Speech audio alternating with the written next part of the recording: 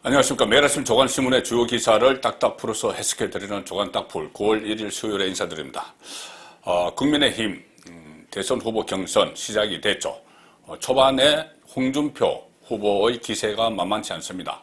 특히 야권 후보 적합도 조사에서 1위 윤석열 후보를 오차 범위 내로 바짝 추격을 하는 그런 여론조사 결과까지 나오고 있는데, 지금 가장 핵심은 과연 이것이 역선택이냐 순선택이냐. 역선택은 국민의힘 지지자보다 민주당 계열 지지자들이, 진보층 지지자들이 홍준표 또 유승민을 선택하는 비율이 상당히 높은데, 그것이 과연 지지를 해서 그런 것이냐 아니면은 만만해서 그런 것이냐. 본선에 나갔을 때 민주당 후보와 결었을 때 홍준표 또는 유승민이 만만하기 때문에, 아무래도 윤석열보다는 처지기 때문에 야권 후보 적합하다고 선택을 하는 것이냐, 아니면은 야당에서는 그나마 대통령감이라고 생각을 해서 하는 것이냐. 자, 이 논란이 지금 붙어 있는데, 그래서 역선택을 하는 방지책을 나중에 실제로 국민의힘 여론조사 결과 반영하는 그 결과에 반영하는 그 여론조사 할 때는 역선택하는 방지책을 마련해야 된다. 그러니 이 민주당 계열 지지자라고 응답하는 응답자는 다 빼버려야 된다. 이런 지금 논란이 지금 불붙어 있죠. 자, 그런데 어쨌든 그동안은 윤석열 1강 독주 체제에서, 야권 후보 적합도 조사에서도 독주 체제에서 역선택이든 뭐든 비율상으로는, 수치상으로는 홍준표가 바짝 다가섰습니다. 자, 그래서 오늘 그 현상을 제가 전반부에 집중적으로 한번 분석을 해드리겠습니다. 이것이 왜, 무엇을 의미를 하는 것인지.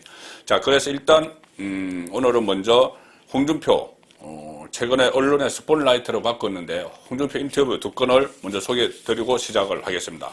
아침에 보도된 파이낸셜 뉴스 그 인터뷰 내용입니다. 홍준표 인터뷰인데, 자, 영남에서도 내가 윤석열과 지지율 거의 붙었는데 그것도 역선택인가, 이렇게 이야기합니다. 역선택 이야기를 자꾸 하니, 본인이 호남에서 야권 후보 적합도 조사에서 1위를 했죠. 호남 그 여론조사에서. 그런데 그때 역선택이라고 하는데, 내가 지금 영남에서도 윤석열과 비슷하게 가는데 이것도 역선택이냐, 이렇게 이야기합니다. 지금 아직 영남 구체적인 여론조사들이, 그러니까 영남만 중심으로 한 이런 것은 나오지 않고 전체 조사에서 영남만 떼서 하면은 이 홍준표 지지율이 약간 올라가는 거는 사실이죠. 그런데 거기서 샘플 수가 전체 전 국민을 대상으로 한 1000명 대상으로 하면은 샘플 수가 영남에서 대구, 경북, 부산, 울산, 경남을 다 합해도 샘플 수가 한 200명, 300명 그 안팎이기 때문에 유의미한 결과를 도출하기는 어렵지만 그런 추세가 있는 것은 또 보이기도 합니다. 그래서 본인은 윤석열과 지지율 영남에서도 거의 붙었다. 경험상 이 추세면은 추석 전에 역전 가능하다. 골든 크로스 이야기를 했죠. 추석 전에, 그때는 추석에, 그런데 추석 전에 이야기합니다. 골든 크로스, 윤석열을 앞설 수 있다. 야권 후보 적합도 조사에서. 자, 추석 되면은 밥상머리 민심이라는 게 생기죠. 차례상에 친지들이 둘러앉아서. 자, 그때 과연 홍준표가 그 밥상머리 민심의 화두에 올랐을 때 확 뜰 것인가? 그리고 그것이 국민의힘 지지자들 안에서도 뜰 것인가? 지금은 주로 민주당 계열 지지자가 더 많은 지지를 하고 있는데, 자, 이 상황입니다. 그래서 본인은 1년간 2030, 40 세대와 호남에 주력을 해왔다. 대구, 경북, TK는 엉뚱한 데서 헤매서 서운했다. 본인 지지하지 않고. 그런데 이제 돌아오고 있다. 이렇게 자신감을 보이고 있습니다. 역선택 논란, 여기에 대해서는 그게 말이 안 되는 게, 지금 영남 지방에서도 제가 본격적으로 아직 활동을 하지 않았는데도 이미 윤석열과 지지율이 거의 다 붙었다. 자, 그것도 역선택이냐, 이렇게 이야기합니다. 참고로 여러 가지 여론조사가 있는데, KSOI, 한국사회여론연구소, 지난달 말에 조사한 것, 범보수, 차기 대선 후보 적합도, 이 조사에서 대구, 경북에서 적합도 조사에서 윤석열은 30.1, 홍준표는 28.8, 이렇게 됐는데, 오차범위 안에 있죠. 그런데 제가 말씀드린 대로 이 샘플이 상당히 한 100명 정도 될 겁니다. 대구, 경북 샘플 100명. 샘플 100명이면 한 명이 1%죠. 그래서 어쨌든 추이는 알 수 있다. TK에서 일주일 전만 해도 윤석열이 42.6, KSOI 조사에서 홍준표가 20.4였는데 22.2%포인트 차이여서 1.3%포인트로 확 줄어들었다. 그 추세는 있는 것이죠. 제가 말씀드린 대로 100명 샘표라면 한 명이 1%입니다. 자, 그래서 이것을 가지고 홍준표가 지지율 영남에서도 윤석열과 붙었다 이렇게 이야기를 하는 것이죠.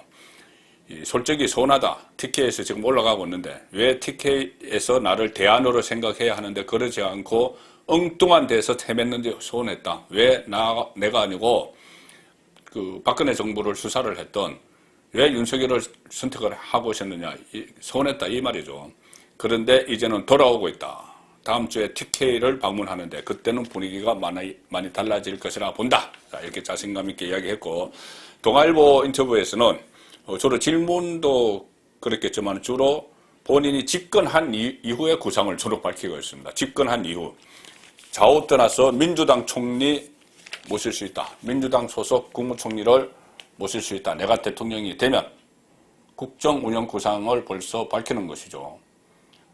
자, 동아일보도 이것을 유의미하게 제목으로 뽑았습니다. 왜 그러냐면 동아일보가 홍준표가 대통령이 될 거라고 확신하고 이렇게 한 건 아니고 워낙 이제 대권 주자들 인터뷰를 많이 하다 보니까 홍준표가 이야기하는 다른 것은 뭐 다른 데서도 다 나오죠. 뭐 역선택 이런 문제는 다른 데서도 다 나오는 이야기이기 때문에 이 역선택 이야기에 대해서도 여기에 뭐 질문한 것이 있지만은 어쨌든 동아일보는 집권하면은 아마 여기다 포커스를 맞추는 것 같습니다. 다른 대권 주자도 이렇게 인터뷰를 하겠죠.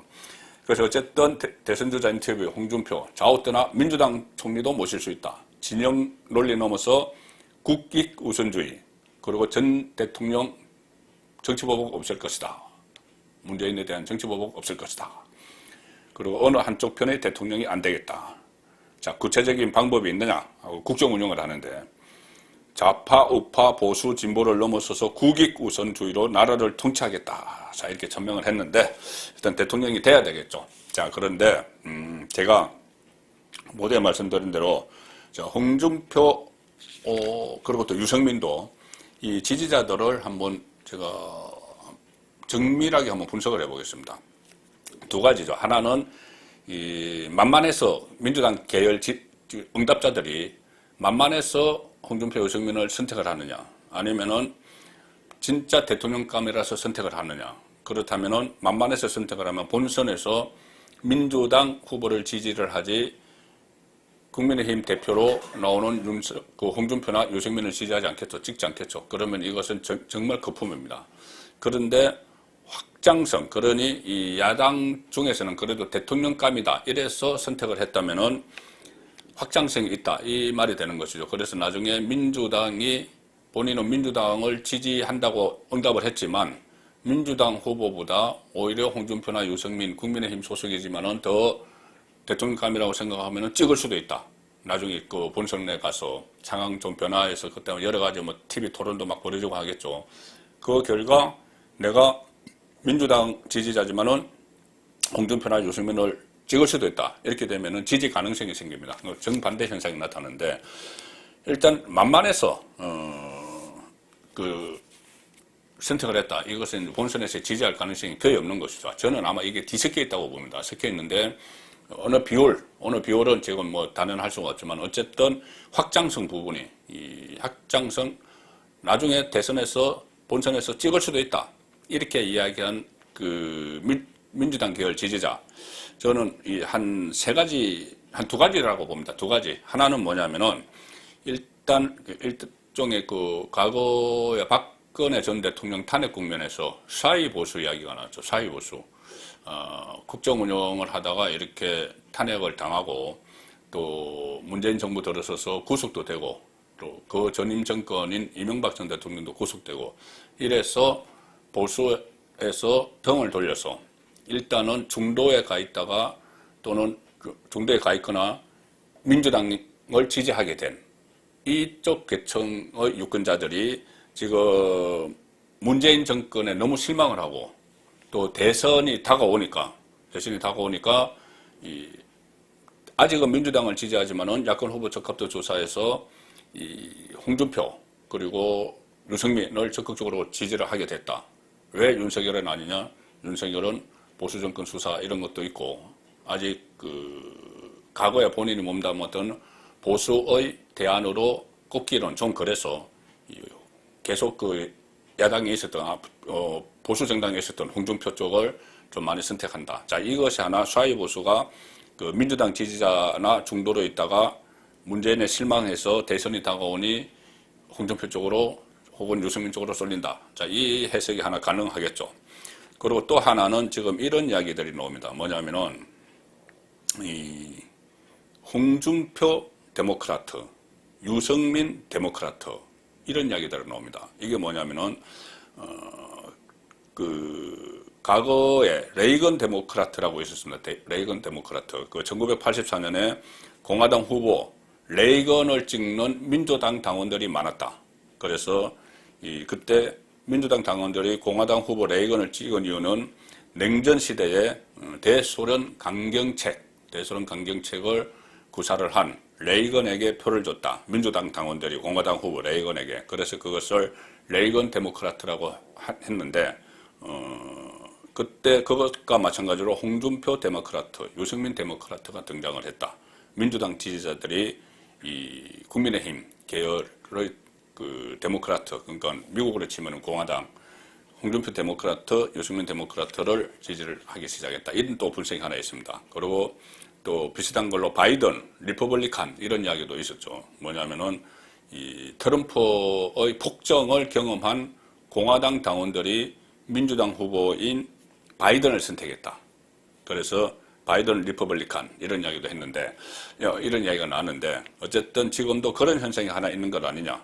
그러니 일종의 이것은 역선택이 아니고 자기 당 후보가 있지만은 내가 민주당 전체적으로는 민주당을 지지를 하는데 민주당 후보가 지금 나와 있지만은 과연 그 이재명, 그 이낙연이 명박 대전해서 거의 진흙탕 싸움을 벌이고 있는 이 상황이죠. 이 상황에서 계속 이렇게 해서 내가 지지하는 민주당 후보가 마음에 안 들면은 나는 국민의힘 후보가 홍준표나 유승민이 되면 찍을 수 있다. 자, 이런 그 심리가 있을 수 있다는 겁니다. 그러면 윤석열 같은 경우나 최재형 같은 경우는 문재인 정권에서 본인이 지지했던 문재인 정권에서 그 공직에 있다가 어쨌든 이회하를 불문하고 이 박차고 나가서 상대 진영의 후보가 됐으니 거기는 찍지를 못하겠고 윤석열이 아닌 이 홍준표나 유승민 같으면은 혹시 찍을 수도 있다. 우리 민주당 후보들이 너무 마음에 안 들기 때문에. 자, 그런 해석이 가능하다는 겁니다. 자, 그런데, 실제로, 본선에 가서, 그러니까 홍준표나 유승민에게 표를 줄 민주당 지지자들이, 그렇게 많겠느냐. 그런데 홍준표, 유승민은 이 확장성이라고 이야기하지만 과연 실제로 그것이 만만하게 보는 사람, 홍준표, 유승민은 만만하게 보는 민주당 지지자들이 선택하는 것과 정말 대통령감이라고 해서 나중에 표를 줄 수 있어서 선택하는 것과 그 비율이 어느 정도 될지. 자, 그래서 역선택 방지 조항 이야기가 나오는 것은 이 만만하게 보는 사람이 많기 때문에 그 사람들을 걸러내자는 겁니다. 그래서 그 사람 걸러내고 국민의힘 지지자나 아니면 중도층, 국민의당 정도 지지자들을 중심으로 하자. 그런데 제가 말씀드렸듯이 걸러낼 방법이 거의 없습니다. 본인이 국민의힘 지지자라고 역선택을 하려는 사람들이 해버리면 그만입니다. 그래서 이 문제가 지금 최대의 리스크가 돼가고 있습니다. 자, 국민의힘 안에서 중앙일보 그 기사 보시면은 윤석열, 최재형 대 홍준표, 유승민 야당 주자들 역선택 방지룰 공방 가열. 역선택 의문이 드는 그 표를 많이 받고 있는 유승민, 홍준표는 그걸 왜 방지책을 만드느냐. 지난번에 경선준비위원회에서도 안 하기로 했지 않느냐. 자, 이 이야기고 지금 새로 선거관리위원장이 된 정홍원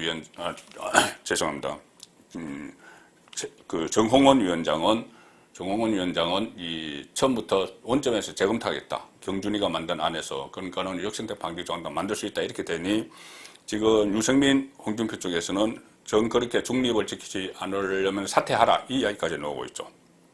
그래서 윤석열, 최재형 쪽에서는 역선택 방지를 찬성을 합니다. 여권 지지층이 약한 후보 밀어줄 수도 있는 것 아니냐. 그런데 홍준표는 내가 역선택 역선택 덕에 호남 1위를 했다고 그건 개변이다. 조금 전에 영남에서도 오르고 있다 이렇게 이야기했죠.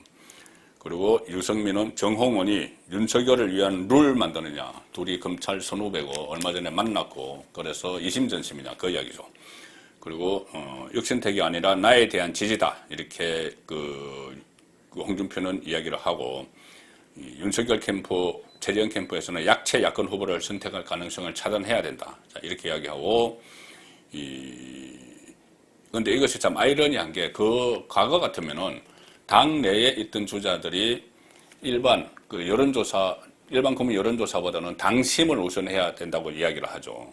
그런데 지금 거꾸로 됐습니다. 거꾸로 외부에서 장외에서 온 윤석열과 최재형이 이 일반 여론조사 비율을 좀 줄여야 된다. 자, 이렇게 이야기하는 그런 아이러니한 상황이 지금 벌어지고 있어서 역선택 문제 때문에 지금 이런 문제가 벌어지고 있는 것이죠. 한겨레 신문은 이렇게 제목을 뽑았습니다. 국민의힘 정홍원발 경선 룰 전쟁. 자, 역선택 방지가 최대 내관이다. 결국 뭐 같은 이야기입니다. 이 중앙일보 그 보도와 그 유사한 이야기인데 이 역선택 방지책을 놓고 충돌을 했는데 자, 여기에 이런 부분이 하나 있습니다. 2007년 한나라당 대선 후보 경선에서 이명박, 박근혜 두 후보가 치열하게 맞붙었죠. 치열하게 맞붙어서 여러 가지 쟁점들, BBK, 또 뭐 최태민 목사 이런 이야기 놓고 맞붙어서 금정위원회도 설치하고 가장 치열하게 맞붙은 경선으로 기억이 되는데 그때 마지막에 최종적으로 양쪽에 팽팽한 신경전을 벌였던 게 경선 룰이었습니다. 경선 룰. 지금처럼 여론조사 비율도 여론조사에 의한 일반 국민 민심과 당원 투표에 의한 당심 그 비율을 어떻게 할 것이냐. 당시 이 일반 국민 지지도는 지지율 조사를 해보면은 이명박이 높았죠. 이명박 후보가 높았는데 당내 지지도는 박근혜 후보가 높았습니다. 그래서 이것을 가지고 양쪽이 유리한 쪽으로 반영 비율을 놓고 격하게 대립을 했는데 결국 협상 결과 경선 룰이 MB 쪽에 유리하게 설계가 됐습니다. 그래서 그것 때문에 MB가 승리해서 대통령에 당선됐다. 그러니 경선 후보에 승리하고 대통령이 되기까지 그 첫 단계인 경선 룰 전쟁에서 이겼기 때문에 MB가 대통령이 됐다. 자, 그런 사례까지 지금 나오고 있습니다. 그러니 이 문제가 경선 룰 문제가 그냥 간단한 문제가 아니죠. 사생결단식 결전을 벌일 그런 문제가 됐습니다. 자, 그래서 지금 관건은 과연 이 문재인 정권에 실망한 민주당 지지자들이 이 트럼프에 실망한 공화당 지지자처럼 홍준표나 유승민이 나오면 찍는 사람이 많이 나올까? 자, 그 부분에 지금 초점이 맞춰지는 것이죠. 자, 그렇게 홍준표나 유승민이 나오면 찍을 수 있는 민주당 계열 지지자들은 결국은 문재인 정부의 실정, 폭정, 여기에 실망을 한 과거의 사회 보수 출신이든지 전통적인 민주당 지지자든지 현재 문재인 정권에 실망을 했기 때문에 이것은 그러니까 역선택이 아니라면은 국민의힘 주자 중에서 홍준표, 유승민에게 눈길을 주고 있다. 그렇게 분석을 할 수가 있겠죠. 자, 그런데 문재인 정부 실정은 오늘도 계속되고 있습니다. 오늘 조간신문 톱은 크게 두 갈래로 나눴습니다. 하나는 우리나라 나라 빚이 늘었다. 어제 내년도 정부 예산안을 발표를 했죠. 그 중에 보면은 부채가 상당히 부채를 안고 예산안을 편성을 했습니다. 그리고 또 하나는 어제 언론악법이라는 언론중재법 처리가 연기가 됐죠. 그 두 갈래인데, 자, 전부 다 문재인 정권의 실정과 관련이 있습니다. 중앙일보 일면 톱 보시면은 나라 빚 1683조 내년도 예상되는 게 나라 빚이 1683조 문정부 다음 정부는 그런데 자기들은 다 써놓고 다음 정부는 아껴라는 메시지가 어제 나왔다. 내년에 604조 초수퍼 예산 그래서 8.3% 늘렸는데 그래서 국가 채무 사상 첫 GDP 50%를 돌파를 했는데 채무가 내년 예상 상당수는 대선 앞둔 선심용이다. 자, 중앙일보 분석하니까 선심용인데 더 기가 막힌 것은 국민일보 톱 제목에서 확 받았습니다. 5년간 돈 펑펑 쓴 문정부, 다음 정권에는 긴축. 우리 여태까지 5년간 너무 팍팍 썼으니까 다음 정권에는 돈 좀 아껴 써라. 이런 메시지를 어제 담았습니다. 예산안 발표하면서. 이겁니다. 이 정부는 내년부터, 지금까지 이렇게 했지만은 내년부터는 허리띠를 졸라매겠다고 밝혔습니다. 내년부터. 내년 5월 되면은 정권이 바뀌죠. 구체적으로는 2021-2025년 국가재정운영계획에서 연평균 재정지출 증가율을 5.5%로 제시를 했는데 2023년 예산부터 예산 증가율을 현재보다 절반 정도 낮은 전년 대비 4 내지 5%대로 축소하겠다. 2023년 예산부터. 증가율을 지금보다는 증가율 절반으로 낮추겠다. 다음 정부는 문재인 정부가 아니죠. 공무원들은 그대로 있지만은. 자, 그래서 현 정부는 원 없이 돈을 풀어 쓴 뒤에 차기 정부에는 1,000조 원이 넘는 국가 채무를 물려주면서 아껴 쓰라. 이렇게 조언하는 무책임한 행태다. 이런 비판이 나오고 있습니다. 욜로라는 말이죠. 욜로 세대. 뭐냐면은 YOLO인데 You only live once. 인생은 한 번뿐이다. 한 번 사는 거다. 그래서 젊은 세대들이 이 저축은 하지 않고 본인이 돈을 벌면은 그대로 다 쓰면서 내 인생 한 번 사는 건데 나 마음대로 쓰고 살 거야. 남길 거는 없어. 자, 다음 후세대 생각할 필요 없어. 이게 욜로 세대인데 지금 이것은 욜로 정부죠. 욜로 정부. 욜로 정권. 문재인 정권은 욜로 정권입니다. 자, 그러면서 또 정권을 이어가고 싶은 욕심이 있겠죠. 그래서 언론법 처리 지금 9월 27일로 한 달 동안 미뤘고, 그런데 이 이유가 정말 무슨 지금 문제점이 있어서 그렇다는 것이 아니고, 어제 제가 송영길 민주당 대표 이야기를 말씀을 드렸죠. 민주당 사람들과 만나서 이 언론법 처리의 기본 방향은 정권 재창출에 유리하냐, 그러니까 대선에 유리하냐 불리하냐 여기에 따라서 좌우된다는 그런 말을 해서 청기 누설을 했다. 그 말씀을 드렸는데 결국 그런 생각을 가지고 이것을 연기한 것 아니냐. 자, 그런 분석이 오늘 조간에서도 다 나오고 있습니다. 자, 세계일보 보시면은 여권 대선 전국 역풍 우려했나 문재인 어중 반영했나 해석 분분하다 연기한 데 대해서 두 가지 다겠죠. 역풍도 우려도 했을 거고, 좀 문재인 대통령도 이러다가 정권 창출을 망치겠다. 다음에 보수 정권 들었으면 큰일이다. 이런 생각으로 잠깐 숨고르기를 한 걸로 그렇게 봐야 되는 것이죠. 자, 이 상황에서 어제 언론법이 처리를 막 시도하다가 막 혼란이 일어났었죠. 여야가 충돌하고 여당 안에서도 막 의견을 깔려고 그랬는데 어제 그 과정에서 문재인 정권 이 구성원들 천박한 수준도 드러났습니다. 많이 뉴스에서 보셨을 겁니다. GSGG 대문자로 GSGG 개 XX가 이렇게 해석이 되죠. 그 수준. 조선일보 보시면은 김성원 민주당 의원인데 판사 출신입니다. 국회의장 박 국회의장에게 GSGG 욕하고 또 막 가짜 뉴스도 붙들었다. 가짜 뉴스는 윤희숙이 사표도 안 냈다고 했는데 교통방송 나와서 그런 이야기 했죠. 그런데 윤희숙이 이한 정부 시스템에 올라 있는 본인의 그것을 사퇴서를 공개를 하면서 망신을 찬, 김성원 의원이 망신을 찬 그런 일이 있었는데, 그것도 그렇고 어제 새벽 1시 49분에 페이스북에 글을 올렸는데, 어제 박병석 국회의장이 이것을 직권상정을 하지 않았죠. 여야가 합의해라 이렇게 하면서. 근데 박병석 국회의장도 중앙일보 기자 출신입니다. 기자 출신이기 때문에 여기에 반대하는 입장이겠죠. 속으로는 민주당 출신이지만은. 그러니 박병석에게 원망의 화살을 이 김성원이 돌리는 겁니다. 김성원은 특위위원이고 소관상임위원회 소속이죠. 민주당에서. 이렇게 씁니다. 페이스북에 오늘 언론중재법 처리에 실패했다. 국민의 열망을 담지 못했다. 눈물이 흐르고 어쩌고 입안이 흐렸다 하다가 뒤에 이렇게 씁니다. 박병석 땡땡 정말 감사합니다. 역사에 남을 겁니다. 비아냥거리는 것이죠. 그리고 GSGG 이렇게 씁니다. GXX. 이 논란이 일어나니까 막 여기저기 이렇게 저렇게 막 변명을 하면서 뭐 7차례나 수정을 했습니다.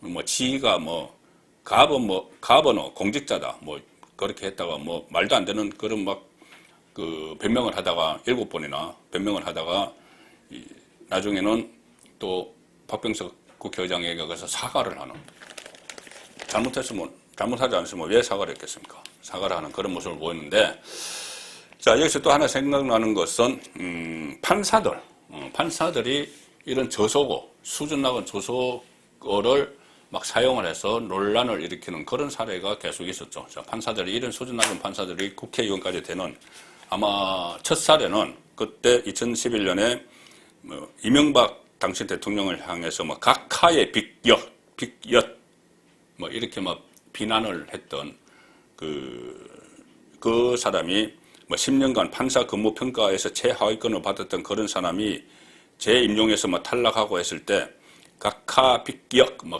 이런 식으로 해가지고 나중에 통합진보당 국회의원도 됐던 적이 있었고, 또 무슨 뭐 각하 새끼 짬뽕 뭐 이런 창원지법 판사 막 이런 것도 있었고, 그래서 지금 국회에서 같은 당 의원들조차 혀를 내두르는 특이한 의원들 중에서는 판사 출신이 유난히 많다. 김성원 민주당 의원이 자신이 앞장섰던 언론법 처리가 미뤄지자 박병석 국회의장을 향해서 GSGG 이런 표현을 썼다. 현 정권의 실력도 그렇지만은 수준도 이 정도가 아닌가 싶습니다. 조간딱풀이었습니다.